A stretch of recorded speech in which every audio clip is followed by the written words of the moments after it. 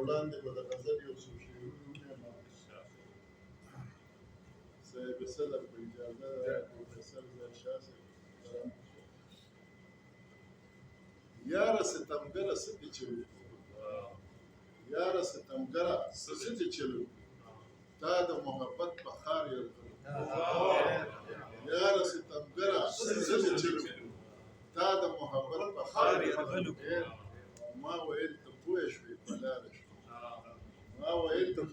پوه شوې په لاره شوې یا د کار په توره شپه دغلو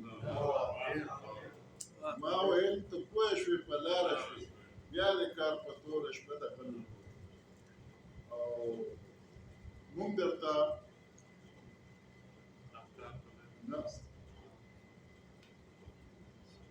موږ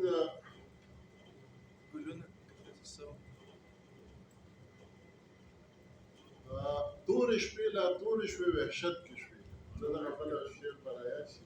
تورې شپې لا تورې شوې وحشت کې شوې زړه کې مې ارمان چې د کابل و او ولې د نظر په بله واړو ولې دې نظر په بله واړو مونږ فارکلې درته په ګلو او ډېر درته مختور یو ګل جانانه ډېر درته مختور یو رایاد ګل جانانه ډېر درته مختور یو سر سړم سستا د ورغلو سکیله به زه د رقیبانو کړم سکیله به زه د رقیبانو کړم کار خو د پردو را سره خپل سکیله به زه د رقیبانو کړم کار خو د پردو را سره خپل وکړو او مونږ درته افکار په لاره لوستي دي مونږ درته افکار په لاره لوستي دي تاسو پرې یارانو په لټ تللو ډېره مننه جي دا خو غزل و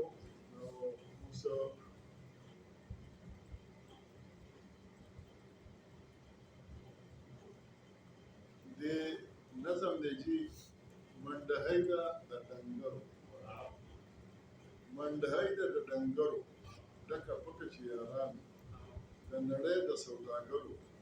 ټول ډنګر په دې خوشحاله نرخ چې کړی د سرونو ایجنټانو هم دي خوشحاله یو تر بله په سیالۍ دي د سودا په خوشحالۍ او د ډنګرو ناپوهي ده دا یې ژوند دا یې سیالي ده سر خوړلې زندګي ده یو موږي پړی او غاړه د دې خوارو نصیبه ده وږې تږي که ماړه دي یو بنده ته په سجده دي دا بنده دی سیکناکه په خبرو کې چالاکه په ډنګرو چې واک دی دی د نورو سړو چاک دی ډنګر ټول غلي ولاړ دي سترګې کلاغې راوکي چرته نه وایي بې باکې او شته مازغه د دوی په سر کې خو شعور ادراک یې نشته دغه دوه کاره یې زده دي د خوړلو د وتلو د وتلو بل د یو بل د وجلو نوره چاره دلته څه ده د ډنګرو نه چې ښه ده د بادار سترګو ته ګوري شنه واښه د دوی ژوندون دی او نور یې ژوند ټول په کړون دی ډېر افکار صاحب دا اقبال حسین افکار صاحب چې موږ سره خپل کلامونه شریک کړل زه اوس خلاص کوم محترم پروفیسر سید ظاهر شاه ظاهر صاحب